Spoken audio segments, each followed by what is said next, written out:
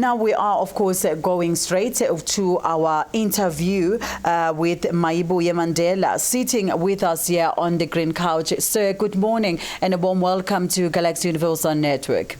Good morning, my lady. It is a great pleasure to host you once again. Last time you were here, you caused a stir, of course, on social media platforms to say, how Mayibuye, how is he speaking like that? He needs to, hold himself back because he is a great grandson of, the hero, Dr. Nelson Mandela. And you are not backing off when you say what you want to say, and which is one of the reasons that we brought you here, because we are fearless and we zero favor and zero fiction. We're not going to censor anything. If you have something, as long as it is with, of course, respect and regarded as facts in your opinion, but without wasting much of the time.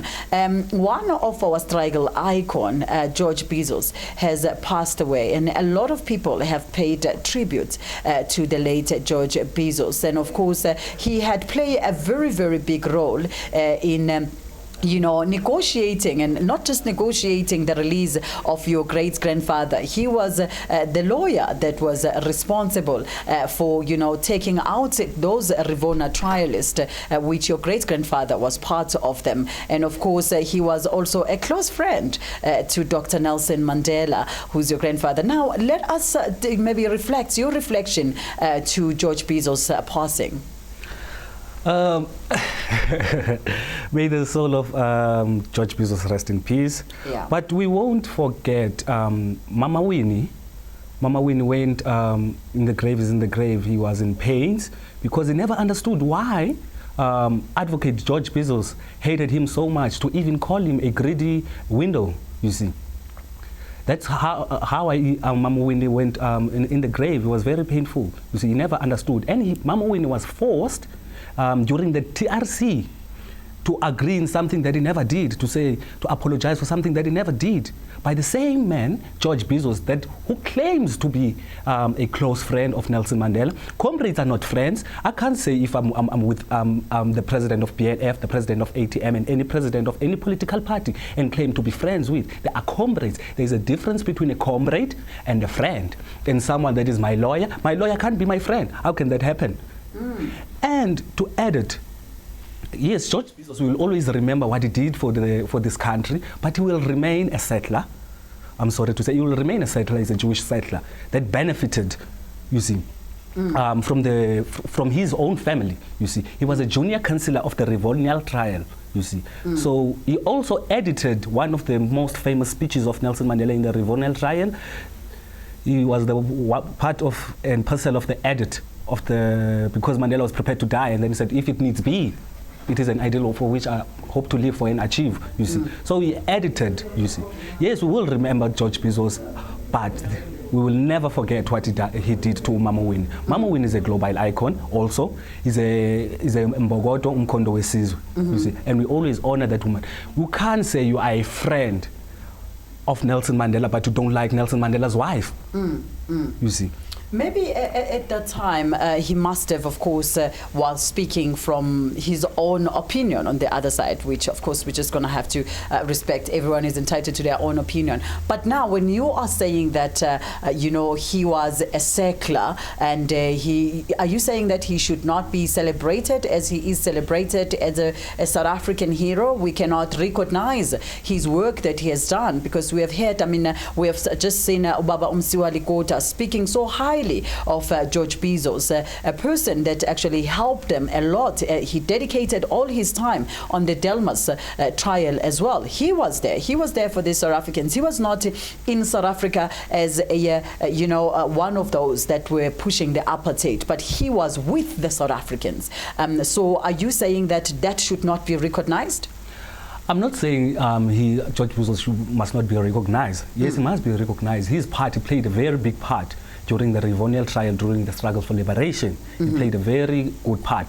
But you must not always, when someone dies, we always speak of everything that good he ever did. You must also say the bad things that is he he said, you see, he's entitled to his own opinion. And due to the modern of the world that was in, he was right according to himself, you see. And there's nothing called wrong, but there's only that wish that doesn't serve a certain individual. Okay, now we are going to the story of Andile Lungisa, who is actually currently in jail for beating up the DA member from he is from Nelson Mandela Bay municipality, which of course carries quite a very big statue of a name that is holding it was named after Dr. Nelson Mandela. What do you have to say to have the legacy of Nelson Mandela you know, having been carried by people that are representing him, but now finding themselves behind bars for maybe a drunken moment that might have happened? It's very painful what is happening in South Africa. It's very painful, and it's because that Andile is a revolutionist. So once you are a revolutionist, you must be prepared for anything. I myself am prepared to die even tomorrow. I'm prepared to go to jail even tomorrow, because I know that I'm a revolutionist. They don't want a revolutionist. In South Africa, critical thinking and thinking is legal. Critical thinking is illegal in the Republic of South Africa. So that is very problematic, you see. And the Dutch law that this publican Cyril Ramaphosa adopted, you see, with his friend Ruth Meyer, you see, it's very problematic. It's because he was politically incarcerated. It's due to it's politically motivated. I can make few examples of such. For an example, in 2015, my father, I call him my father because I've always inhaled such a man, the chief of Umvezo, Mandla Mandela, in Umtata, in the streets of Umtata, in town, in Eastern Cape. He pulled a firearm to someone and beat him up, and then that person was injured. The same thing that happened to Andile Lungisa. Andile Lungisa took a jug with water. The sentence that the chief of Umvezo Mandla was given was 2 years in prison, or he was given an option of paying 10,000 rand. Compensation, yeah. Yes, he was given that option. Andile Lungisa takes a jug full of water in a political space. Firstly, Mandla was not in a political space. Now, Andile Lungisa was in a political space.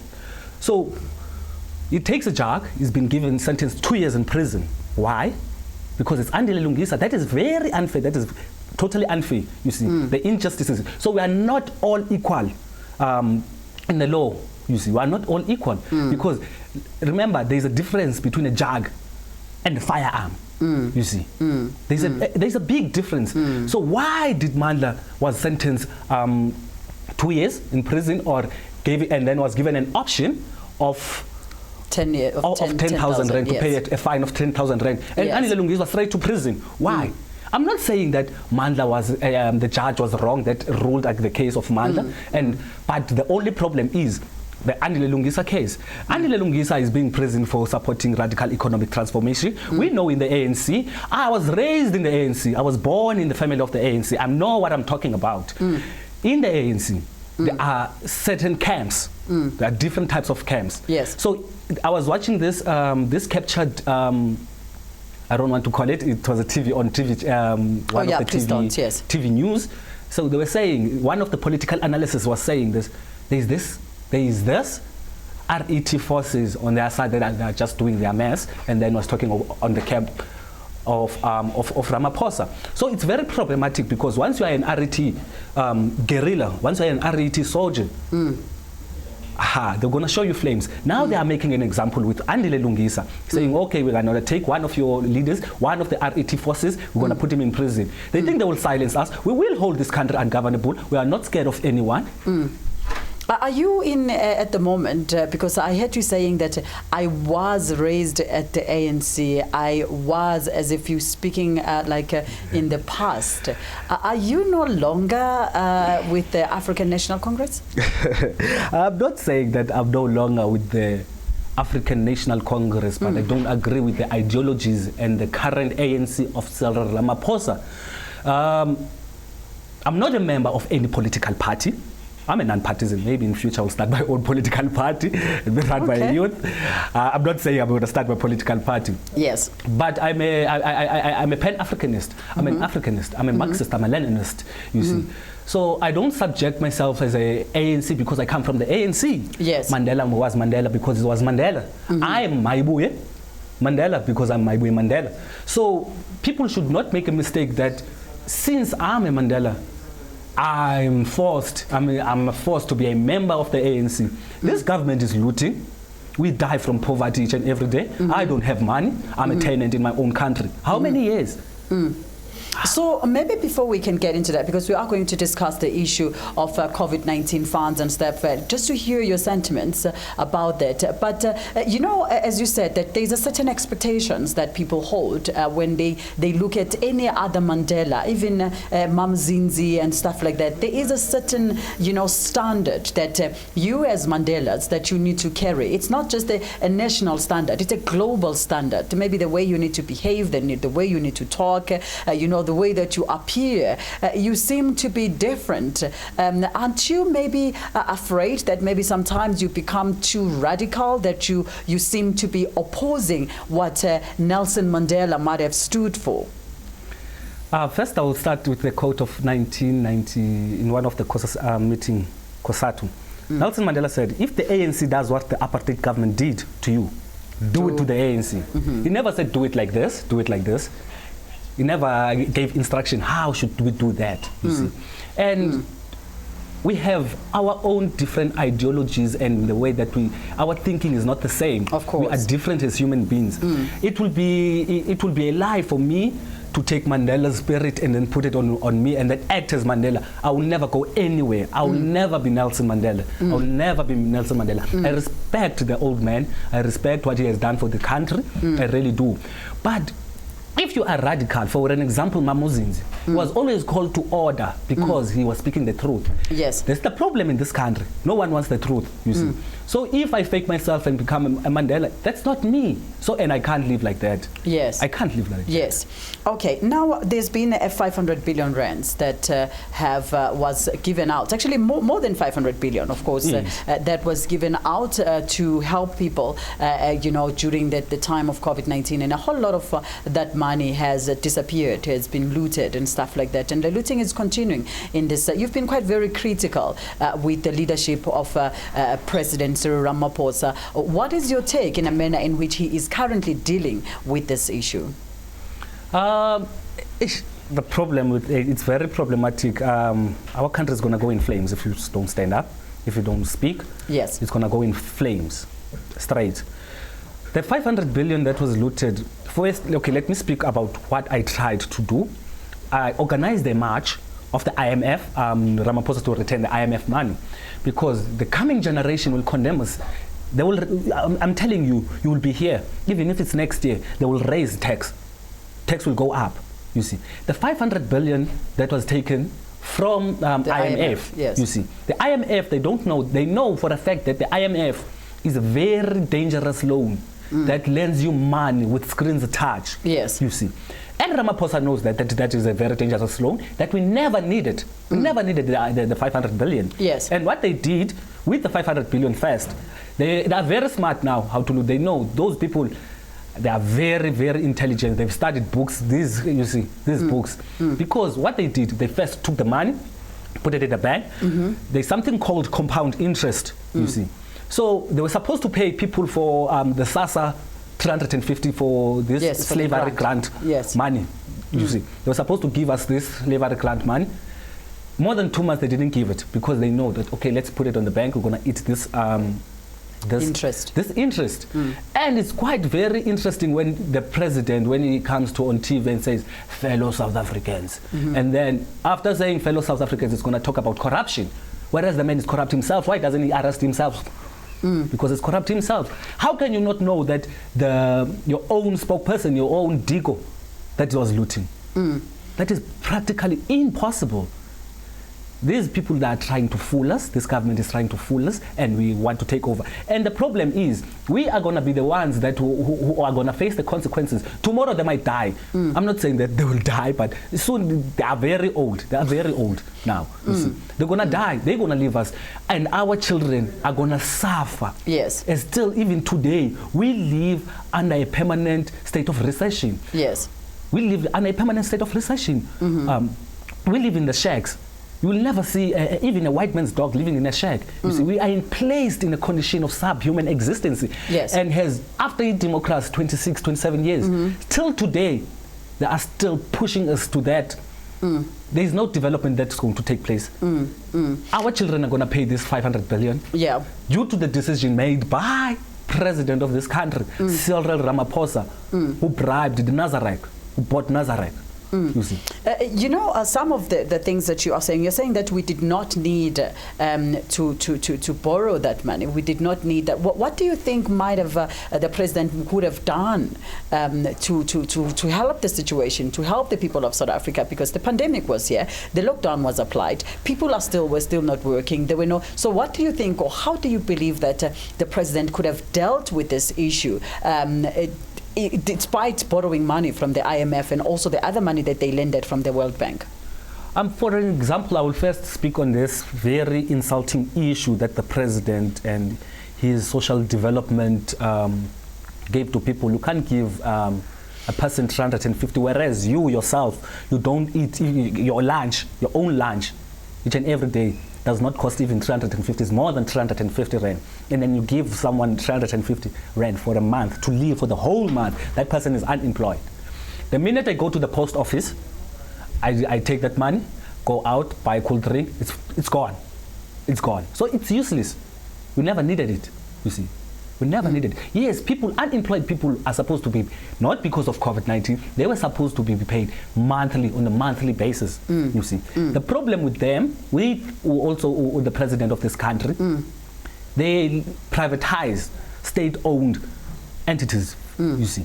If Ramaphosa would expropriate land without compensation, would own mines, will have all the mineral resources in the Republic of South Africa. Yes. No Anglo-American, yes. It will be owned by us as citizens of the Republic of South Africa. Yes. You see. Today, hence the president of the BLF, Andile Mngxitama, says, we eat heads of chicken and feet of chickens. Who eats the drumstick? White people. We will also want the drumstick. We also want the nice part of the chicken as well. You see. So there are many ways that we should have dealt with this issue. South Africa has money. South Africa has billions and billions of rands. This country has money. Yes. But instead they are enriching themselves. So far, the investigation, of course, on the COVID-19 looting is still going on. Do you think there is something that is going to come out of it? And, or of course, we are going to have a state of Zondo commission or another commission that might be opened on this one. How do you think that will work out? The same commission, the problem is they might open another commission. Yes. That can happen. Yes. No one is going to be holding accountable for corruption. You know, there's one problem in this country. There is another, in Senegal, there was a minister that was bribed. And then this minister was bribed, and then the government found out that this minister was bribed. Do you know what the minister did? Committed a suicide. And then he wrote a note. He said, it's better for I to die than face the consequences, because he knew what was the country going to do with him. Here in South Africa, we're going to give you all the things. We're going to be a doctor. We're going to give you doctor what. We're going to give you nice seats, you see. We're going to give you nice seats because you are corrupt. The Zondo Commission is a waste of money, first of all, because there is no one that is going to be holding accountable. It's a kangaroo court on its own. It's a kangaroo court. And they are using what? The state. The building here in Parktown, in Johannesburg, it's been rented. They are renting the building. They don't own the building. Whose money is that? It's our money. It's our tax money. For an example, they went to Zimbabwe. Instead of letting the people of Zimbabwe solve the problems of Zimbabwe and then interfere later, you see. They took the state flight, went to Zimbabwe, as if now Ramaphosa doesn't know. And then they are saying, ANC, Julius Malema is saying ANC must be invoiced. Okay, ANC is invoiced. Where is the ANC going to get the money? Oh, well, from the state. From the state. So it's useless. I never went to Zimbabwe. With the but the ANC also have got their own private donors, of course. I think when we have to give it to them, because obviously the ANC as a party does not necessarily use the state funds to do anything that is party related, not that is national related. Remember, since they are a governing party, of course, so anything that they have to do for the country, on behalf of the country, then that one needs to come from the state. But on cases where they have to, be doing something for the ANC, they have to use their money from their own private donors, which we obviously do not know. This takes me to the next question, of course, as to what do you have to say about the papers or the documents of President Cyril Ramaphosa's bank statements that are sealed and not, that he said that he cannot make them public, of course, because he needs to protect his donors that have assisted him during the COVID-19. I mean, rather during the during election. the Nazareth, yes. During elections. Yes. No, the statements, we've always created a hashtag unseal the statements. The statements must be unsealed. The president is a public person. Yes. He represents the Republic of South Africa. What is he hiding? He knows for a fact. If we are saying, no, you have been funded by so and so and so and so, and then he said, no, we're lying. We were supposed I was going to immediately release the statements. The president must just come clean and release the statements and save himself for talking every day, every day, every day. He must just release the statements, come clean. And he must go and he must immediately resign. The president must resign because this country is going in flames with his leadership. He has zero constituency in the ANC, him and Praveen. But Praveen, I can say Praveen is the president of the country, but most people don't know. Because when we ask President Ramaphosa, can you kindly please suspend Praveen Gordhan? What did the president say? His response was, I don't have any power to suspend Praveen. I have no power to suspend ministers. Okay, now, Ndabeni, Minister Stella Ndabeni, went for lunch during the pandemic. He went for lunch. After he came back for lunch, and then there were documents submitted to him that you are being suspended. By whom? By the president. Where did he get powers now to suspend a minister? It's different cases for different strokes. No, it's not different. Don't try and justify. And they lied. They said it's because he went for lunch. Stella Ndabeni refused to sign the 5G deal of Bill Gates whatsoever, the 5G, refused. That is why Praveen ordered the president to suspend this lady. Do you have evidence of that? If it needs be, I can provide evidence. I'm more than willing, I'm more than tantalized. I would love to have that, because that's a very important argument and important communication that we need to share with our people, to say, oh yeah, we have people like this that have stood against any informalities or anything that might threaten the health of South Africans, because we remember that story of Bill Gates was a huge story. It went on and on and on. But anyway, we'll get into that when we get there. Now, I need to know, you keep saying that President Cyril Ramaphosa must resign, President Cyril Ramaphosa must step down. You have been pushing some other hashtag unseal the documents, and you have also pushed when you were saying the IMF also must return the money, SEC must return the money to the IMF. So you are totally not a good fan of President Cyril Ramaphosa. So should he resign right now, what do you think will happen to the African National Congress? Who do you think can even come on board and run the country? Firstly, I want to, you said I'm not a huge fan of Ramaphosa. Biko says, if you want fans, go and watch drama there, go and watch Kaizer Chiefs and Pirates. It's not that I'm not a fan of Ramaphosa, but he's misleading the country. He's a black person that who benefited from the BEE, yes, and has zero constituency in the ANC. Yes. And the reason is because of the wrongs that he's doing. We are seeing, we are youth, we are still here, we are still youthful. Yes. He must be removed. He must just leave the presidency. He's a businessman. He must go and run his farms and his businesses, you see. Because now he's going to take the country into flames, you see. So it's not that I'm not a fan of Ramaphosa, and I'll never be a fan of anyone, you see, because I'm not a sport person. I always like critical thinking and critical talks and such unsorted debates and talks, you see. We are going to take a very short break. It is 8:30, and we're going to continue with this conversation soon after this. I've got a whole lot of questions that I would love to ask you, and it feels like we've been just talking now, and it's been 30 minutes. Time flies when you're getting information. Now let's go on a very short break. When we're coming back, we've got more news and update for you right here on Pan African Morning. Please still stay with us. Tech Talk brought to you by Tamani Technologies and Systems. Tamani Technologies and Systems takes leadership in fourth industrial revolution. The whole world is facing a transformation. The revolution will be developed into the following stages: digitization, cyber security, Internet of Things, managed services, document management, and business applications. We provide business transformation and ICT solutions with presence in 13 African countries and 2 European countries. We are your leading partner in integrated platform providers, innovation leaders, standalone products, and innovation pace setters. Tamani Technologies and Systems, delivering value across continents.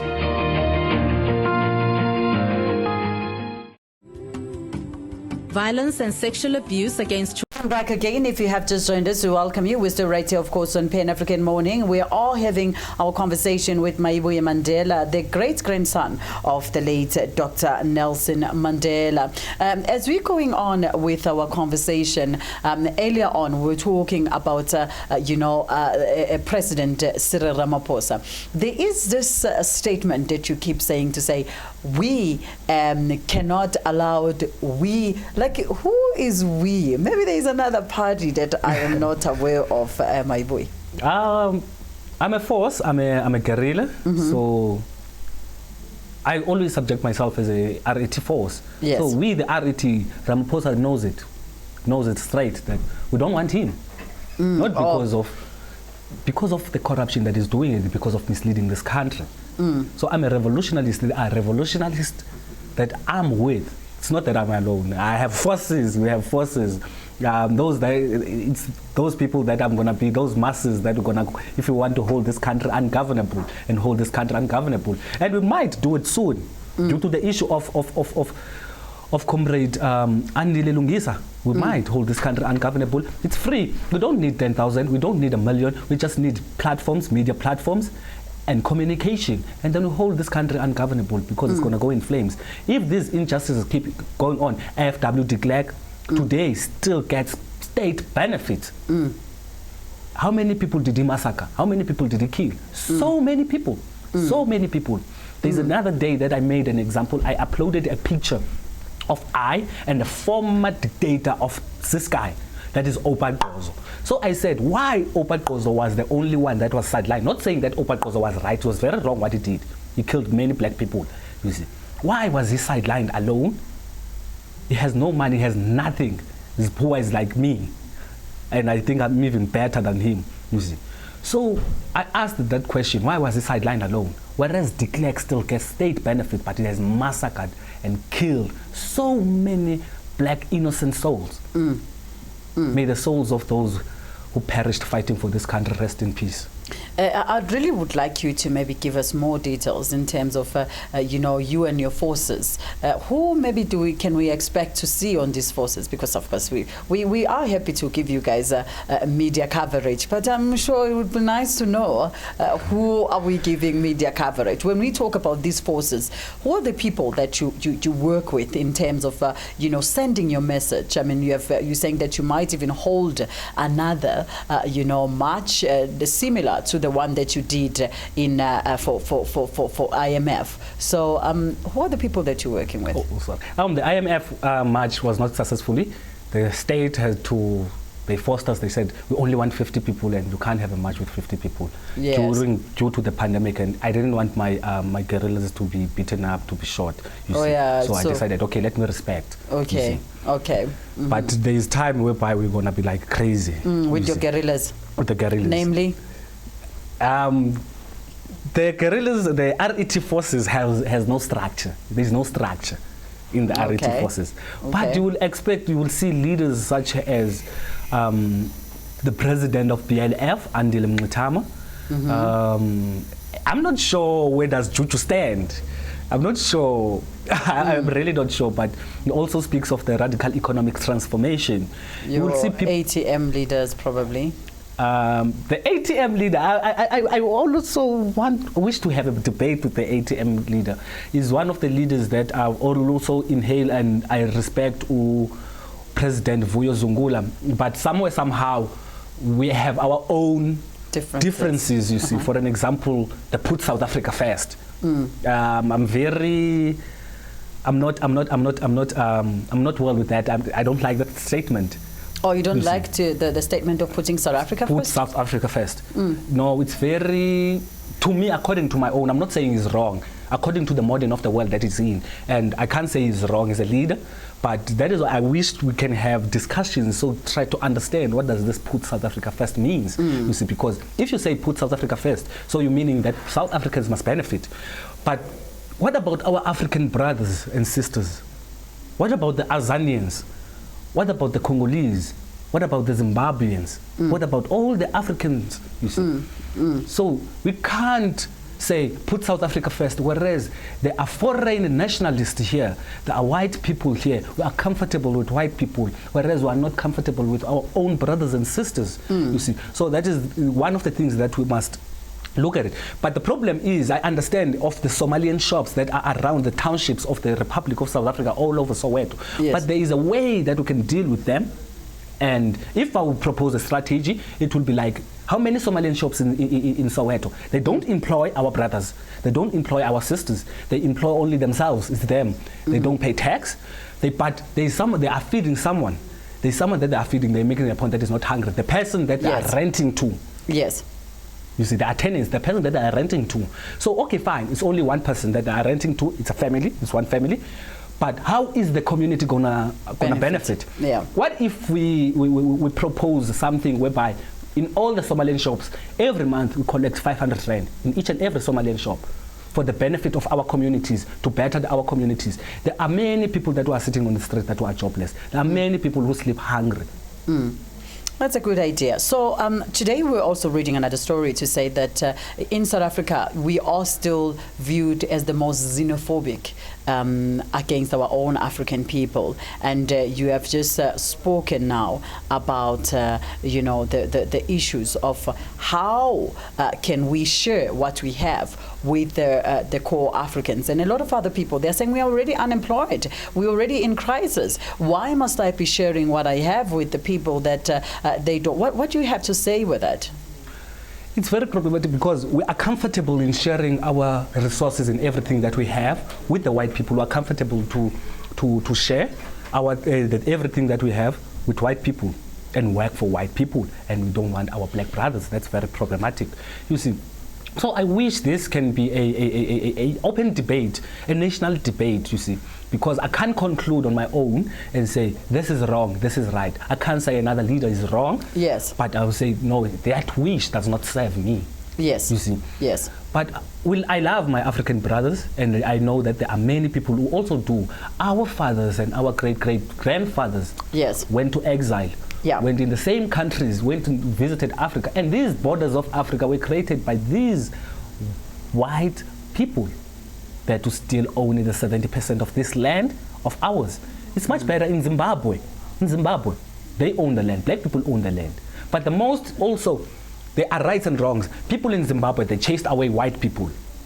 White people went out. They come to South Africa. They said, we like President Mugabe. They come and look for jobs. They don't want to work for us. What will they work for? Who are they going to work for? They will work for the same white people that they chased away in Zimbabwe. You see? So those are the very challenging. Sometimes I question myself, but why is this? Why is this? Yeah. Not saying that here in South Africa we are comfortable with white people. If white people call themselves investors, we want our land. Yes, there are leaders who agree, who talk of land expropriation without compensation. I support it's a better devil. You see, I believe in that land must be repossessed, because if you say land expropriation without compensation, you are legitimizing the fact that land is owned by white people and must be used for public benefit. You see, so land must be returned. If those who call themselves investors, it's good. They must go. We will take the mines. We will work. We will help. And if the rents drop, we will all be part of the economy. You see, the reason why Zimbabwe was so poor after they chased away white people is because Zimbabwe was failed by African leaders. It was failed by neighboring countries such as South Africa. Zimbabwe was failed by Botswana. Yes. Zimbabwe was failed by all the African brothers. And Yes. they always praise Mugabe and say Mugabe is one of the greatest leaders, well-known, educated. Yes, but yes. they Getting failed. in there, yes. Getting there maybe in closing. When last did you spend your Christmas with the Mandela family?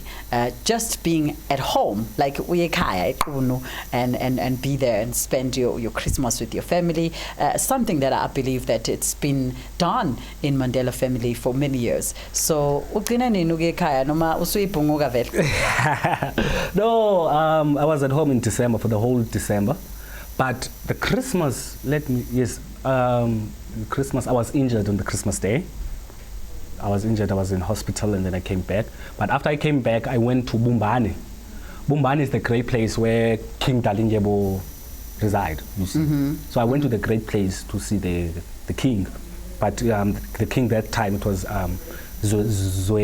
Azenati Zanelizwe, you see. And also the king was freed. He walked free from... Okay, yes. Also, Yes. the king was politically incarcerated, you see. If you remember, there was an act there's a document called Clara. I can give it to you if you want it. A Yes. document that is dealing with royalties straight. King Zwelibanzi Buyelekhaya Dalindyebo was politically incarcerated because what happened is immediately they saw this, he speaks, he's so radical, you see, he's a force. They started amending on the traditional affairs, one of the traditional affairs documents, they started amending, saying, if we will jail you for 2 years working for government, when you come back, we withdraw your certificate, you are no longer going to be recognized. Yeah, But that man was born a king. He does not need any permission from the Dutch law. From the So government they to be- immediately amended the constitution to deal with King Buyelekhaya Dalindyebo. Okay. I think we're going to have another conversation, probably inviting you on Maponga's show, which deals with those traditional issues so that we can get to understand more, because it was quite a very big story where the entire king was incarcerated. So yes. it's yeah. But anyway, we want to thank you for your time and thank you for your views as well. And we must emphasize that the views of Mayibuye Mandela are not the views of Galaxy Universal Network, but those of Mr. Mandela, that he's representing himself, no political party, as he said. Am I correct, sir? Yes, yeah. He's not representing any political party. He's not representing even the Mandela family. He is representing himself as Mayibuye Mandela. Thank you so much for joining us this morning. We are going to take a very short break. When we're coming back, we are going to have more news updates for you right here on Pan African Morning. Please do stay with us.